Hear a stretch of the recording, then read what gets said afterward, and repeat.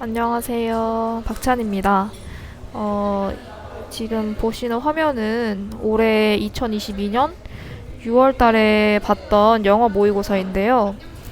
영어를 지금 최저로 맞춰야 되는 친구들이나 아니면 영어에 좀 어려움을 겪고 있는 분들을 위해 영상을 한번 찍어봤습니다.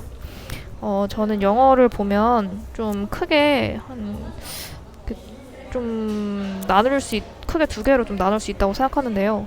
일단 주제를 찾아야 되는 문제, 그리고 주제를 찾지 않고 뭔가 연결적인 부분을 찾아야 되는 문제, 이렇게 두 개로 나눌 수 있다고 생각을 합니다.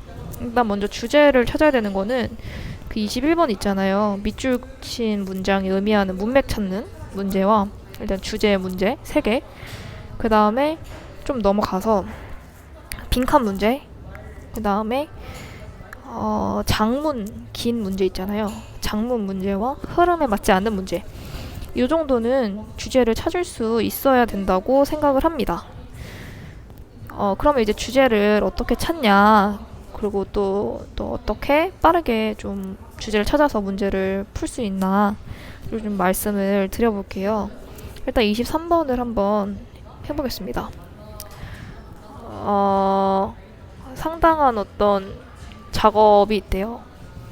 그 문화적인 심리학자들과 인류학자들에 의한 어떤 연구는 이렇게 보여준다고 합니다. 뭘 보여주냐면 큰 차이가 있대요. 그리고 큰 차이가 있다라고 보면 큰 차이가 있고 때때로 놀랄만한 차이가 있대요. 어디에? 이 단어와 개념에. 그러면 지금까지 여기서 읽었는데, 여기까지 지금 해석을 한 건데, 여기서 가장 중요한 부분을 뽑아라 하면 무엇일까요? 그러면 이제 어떤 친구들은 요거를 하는 경우도 있고요. 요런 류를 주어를 좀 하는 친구들이 있는데요. 아니고, 중요하게 봐야 되는 건 여기에요. 개념에 차이가 있다 라는 거를 좀 잘 봐야 돼요. 근데 어떤 단어와 개념의 차이가 있냐, 다른 문화들이 감정을 좀 나타나는 데에 있어서 단어의 차이가 있대요. A라는 이제 컬처가 있고 B라는 컬처가 이렇게 있는데요.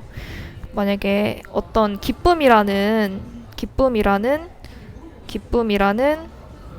감정에 있어서 단어가 두 개가 다르다는 거죠. 요거를 파악하시면 되는 거예요. 맞죠? 그래서 첫 번째 문장에서 이끌어내야 될 거는 여긴 거죠.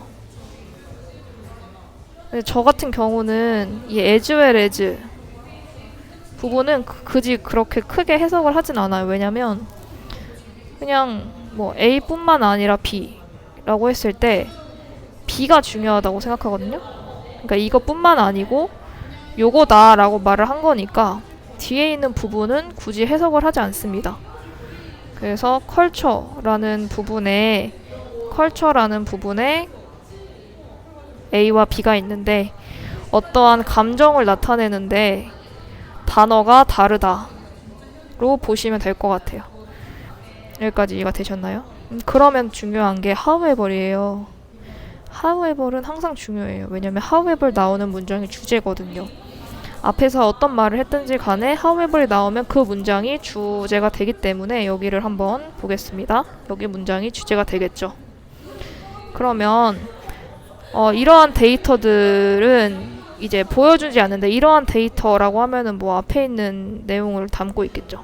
이러한 데이터들은 뭘 보여주진 않냐면 이걸 보여주진 않는데요. 이게 주제겠죠. 이게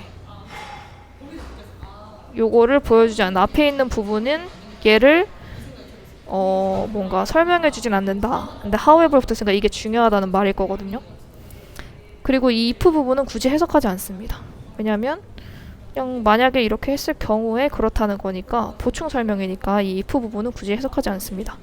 그럼 different cultures have different emotions라는 건데, 이거를 지금 앞에 적었던 부분이 좀 다르다는 거거든요. 그러니까 보니까 지금 컬처가 있었잖아요. A라는 B랑 B라는 A라는 거랑 B가 같지 않았었잖아요. 다른 문화였잖아요. 근데 우리가 아까 전에는 그 이모션, 기쁨이라는 이모션에 대해서 워드가 다르다라고 했는데 알고 보니까 그냥 감정 자체도 다른 거예요. 다른 문화에서는 이 기쁨 하나가 이 단어가 다른 게 아니고 아예 감정 자체가 다른 거예요. 이모션 A, 뭐 이모션 B 이렇게 나눌 수 있는 거죠. 아예. 그렇기 때문에 다른 문화에서는 감정이 다르다. 요걸로 이제 답을 고르시면 돼요. 그러면 23번에 1, 2, 3, 4, 5번을 봤을 때 일단 키워드는 컬처와 이모션은 무조건 나와 있어야겠죠. 그럼 컬처랑 이모션 나와 있는데 컬처 없죠? 컬처 이모션 있죠? 가능성이 높죠? 그 다음에 얘 이모션인데 컬처라는 말이 없죠? 그 다음에 이모션인데 컬처라는 말이 없어요. 컬처는 있는데 이모션은 없죠? 그러니까 2번이 일단 가능성이 높고 지금 문화적으로 구성되어 있대요. 감정에 대한 뭐 표현이. 그러니까 감정에 대해서 문화적으로 다르다. 뭐 이런 얘기를 하고 있는 건데 2번이 이제 답이 되는 거죠. 이모션이라는 게 컬처에 따라서 이제 구성이 되는 거다. 달라지는 거다. 그래서 답이 2번입니다. 이해가 되셨나요? 그 다음에 또 31번을 한번 봐볼게요. 그러니까 사실 글을 저는 다 읽지 않거든요. 영어 문제를 풀 때. 근데 이러면서도 좀 이렇게 풀면 좀 시간이 남게 1등급이 나올 수 있어요. 이제 영어가 절대평가니까 90점만 맞으면 되잖아요. 그러니까 뭐 한두 개 틀려도 된단 말이죠. 그러면 뭐 이렇게 다 안 읽어서 생기는 뭐 문제들이 있잖아요. 뭐 중간에 뭔가 반대가 있는데 못 봤다거나. 그래도 90점 이상이 나오기 때문에 괜찮아요. 그리고 시간이 남으면 다시 또 좀 헷갈렸던 부분, 좀 어려웠던 부분을 다시 넘어갈 수 있기 때문에 저는 이 방법으로 영어를 풉니다. 어쨌든 두 번째, 젊은 현대 아티스트. 근데 어떤 아티스트냐? 일단 키워드를 또 찾아내려고 노력을 해야 되고 이것도 주제 문제예요. 빈칸이지만 주제 문제예요. 그 다음에 문장을 해석을 잘 해줘야 되는데 동사를 잘 찾으면 돼요. 그러면 젊은 현대 아티스트가 있단 말이죠. 어떤 아티스트냐면 디지털 기술을 사용하는 그들의 어떤 실습에 있어서 디지털 기술을 사용하는 젊은 아티스트들이 하질 않는데요. 컴퓨터에 대한 언급을 하지 않는데요. 그럼 여기서 중요한 키워드가 뭘 것 같은가요? 제가 봤을 땐 요 정도? 젊은 컨템포러리 아티스트랑 디지털 테크놀로지랑 컴퓨터 요 세 가지 정도를 뽑을 수 있을 것 같거든요. 그리고 뒤에 for example이 나오잖아요. for example 앞은 주자양이 좀 될 수 있어요. 쓸데기 없는 내용의 예시 부분을 또 담을까요? 아닐 거란 말이죠. 그러니까 for example이 나왔다는 건 앞에 부분이 주장이라는 거를 말해주는 겁니다. 어쨌든 현대의 이제 예술가들은 기술을 써요. 디지털 기술을 써요. 근데 컴퓨터를 안 쓴대요. 컴퓨터는 안 쓰는 거예요. 그러니까 이게 좀 신기한 거거든요. 왜냐하면 저는 글을 읽을 때 디지털 기술이 컴퓨터라고 생각을 했었어요. 근데 그렇게 읽으면 안 되는 거죠. 왜냐하면 여기서 컴퓨터라는 언급을 하지 않았다고 했으니까. 이 두 개를 다르게 보셔야 돼요. 그래야지 문제를 풀 수 있어요. 그러니까 디지털 기술은 하는데 컴퓨터는 안 쓴다. 얘는 좀 안 쓴다. 이렇게. 그러면 for example은 전 굳이 안 읽어요. 어차피 이 내용을 반복하는 구체적으로 설명하는 걸 거니까 굳이 읽지 않습니다. 그럼 이제 this를 보면 이 this는 되게 좀 중요한 게 또 주장을 좀 나타내는 애거든요. 왜냐면 앞문장을 받는 거잖아요. 쓸데기 없는 문장을 계속 반복하진 않을 거란 말이죠. 그러니까 반복을 했기 때문에 또 중요한 문장이라고 생각할 수 있어요. 그러면 이거는 좀 대조된대요. 누구랑 대조가 되냐면 30년 전 예전 아티스트, 그러니까 30년 전에 아티스트와 대조가 되는 거예요. 지금. 근데 이 아티스트는 어떤 아티스트냐면 컴퓨터를 사용했던 아티스트였던 거죠. 컴퓨터. 그럼 여긴 안 쓴다 했고 여긴 쓴다 했잖아요. 근데 얘네들이 이렇게 당했대요. 좀 저평가 받은 거예요. 안 좋게 평가받은 거예요. 컴퓨터 아티스트라고. 그럼 이 컴퓨터라는 특성 때문에 얘가 지금 나쁜 특성을 가지고 있다는 걸 아셔야 돼요. 이 컴퓨터는 부정적인 특성을 가지고 있는 거예요. 예전 아티스트는 컴퓨터를 되게 많이 사용을 했어요. 근데 이제 현대 예술가들은 컴퓨터를 사용하지 않는다는 거예요. 여기로 이제 답을 고르셔야 되거든요. 이걸 이용해서. 그러면 이제 무슨 내용인지 알고 비교도 나왔으니까 가면 되죠. 이거는 드러낸대요. 컴퓨터 아티스트가 어떻게 됐는지. 근데 우리 컴퓨터 아티스트는 옛날 아티스트죠. 그쵸? 예전 아티스트. 현대 아티스트는 컴퓨터를 사용하지 않습니다. 그러면 일단 이 컴퓨터 아티스트라는 건 이 컴퓨터라는 단어 때문에 부정적인 게 들어가야 될 거란 말이죠. 그러면 awake, influential, distinct 이런 거 지금 상관없는 거죠. 그럼 부정적인 게 지금 이 두 가지가 있단 말이죠. 문제가 된다. 소멸됐다. 그럼 이 예전 아티스트는 결국에는 지금 현대 아티스트는 컴퓨터를 사용하지 않으니까 이 옛날 아티스트들은 이제 현재 존재하지 않기 때문에 멸종으로 가져야죠. 그래서 5번으로 가져야 되는 겁니다. 이런 식으로 항상 빈칸을 구할 때도 결국에는 주제가 뭔지를 좀 생각을 하고 이제 가셔야 돼요. 그럼 예를 또 이제 32번을 한번 좀 해보자면 비평가들이 있어요. 비평가들. 근데 어떤 비평가들이냐면 문학에 대해서 쓰고 싶은 거예요. 근데 어떤 관점에서? 포멀리스트한 관점에서 어떤 형식이 정해져 있는 그런 퍼스펙티브에서 한대요. 그럼 이게 지금 중요하다라는 걸 아셔야 돼요. 이걸 중요함을 못 느끼시면 영어 공부를 좀 다시 좀 해보셔야 됩니다. 근데 이 포멀리스트 관점에서 글을 쓰고 싶어하는 그 크리티크는 무조건 뭐로 해야 되냐면 클로즈하고 케어풀한 리더가 돼야 된대요.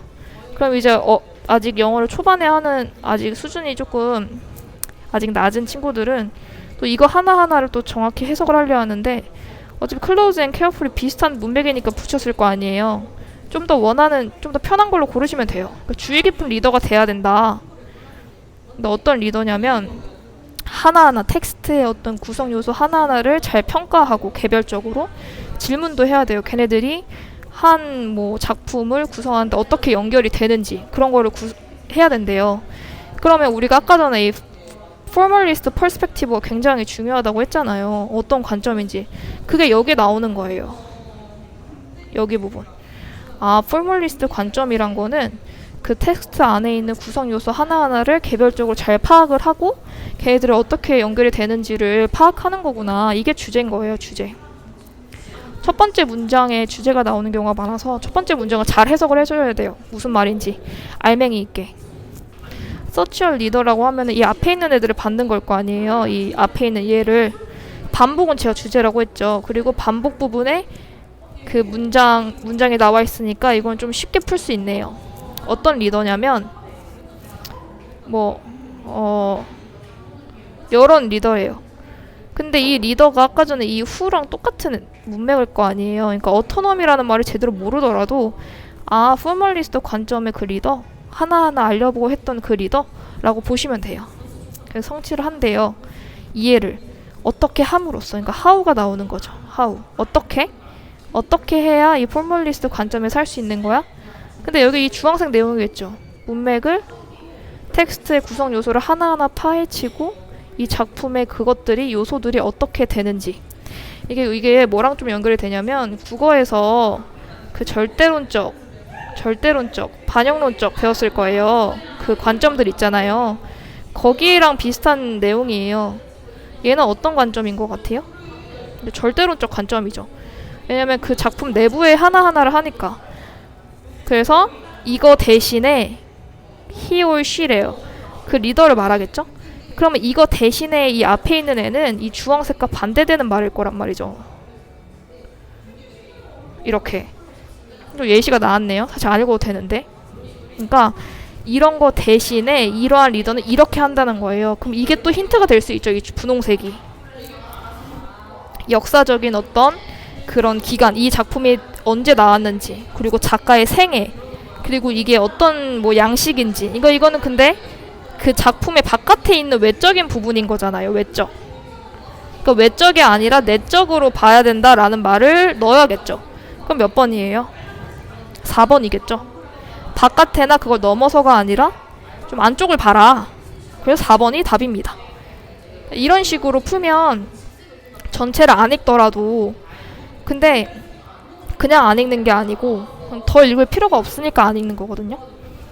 그러니까 처음 문장을 이렇게 읽을 때 처음 문장의 최대한 이해를 잘 가해시는 게 중요해요. 이것도 해볼까요? 이 접근 어떤 접근이냐? Joint Cognitive Systems. 이 흘림체로 되어 있는 거 보면 그냥 시스템의 이름일 수도 있고 여러분들이 한 번에 파악하기 어려운 부분을 이렇게 표시한 걸 수도 있죠. 근데 조인트는 뭔가 이렇게 연결되어 있는 조인트, 인지 시스템 이러한 접근이래요. 근데 이 접근이 뭐냐면 이 접근에 대한 정의를 하는 거잖아요. 접근은 뭐냐? 로봇을 인간, 기계, 팀의 한 요소로 넣는데요. 기계로 들어가는 거겠죠? 근데 이건 뭐냐? 이 팀은 어떤 팀이냐? 지능이 시너지 효과가 날 수 있고요. 그다음에 각각의 에이전트들의 기여도가 좀 높아진대요. 에이전트 누구겠어요? 인간과 로봇이겠죠. 인간과 로봇. 인간과 로봇이 합체되면 시너지가 좀 늘어날 수 있고 그것이 바로 코그니티브 시스템이다. 요거예요, 요거. 조인트 코그니티브 시스템. 그러면 뭐 더 팀, 이 휴먼 머신 팀을 받는 걸 거 아니에요? 그럼 반복이잖아요. 그러면 이제 답을 바로 고를 수 있는 거예요. 아, 인간과 로봇이 같이 해서 뭔가 힘을 내는구나. 그럼 1번. 이렇게 바로 구할 수 있는 거예요. 이런 식으로 그래서 문제를 풀면 상당히 시간을 영어에서 절약할 수 있고 오히려 정답률이 높아집니다. 왜냐하면 주제를 찾는 거기 때문에. 그래서 이런 식으로 조금 해봤는데요. 좀 이따가 나중에 또 다른 문제들도 또 말씀을 드려보겠습니다. 이렇게 하시다가 어려운 부분이 있거나 저 방법을 좀 따라했는데 이 문제는 좀 안 되는 것 같다 하시는 부분을 댓글로 달아주시면 제가 그걸로 바탕으로 또 해설 강의를 올려보도록 하겠습니다. 감사합니다.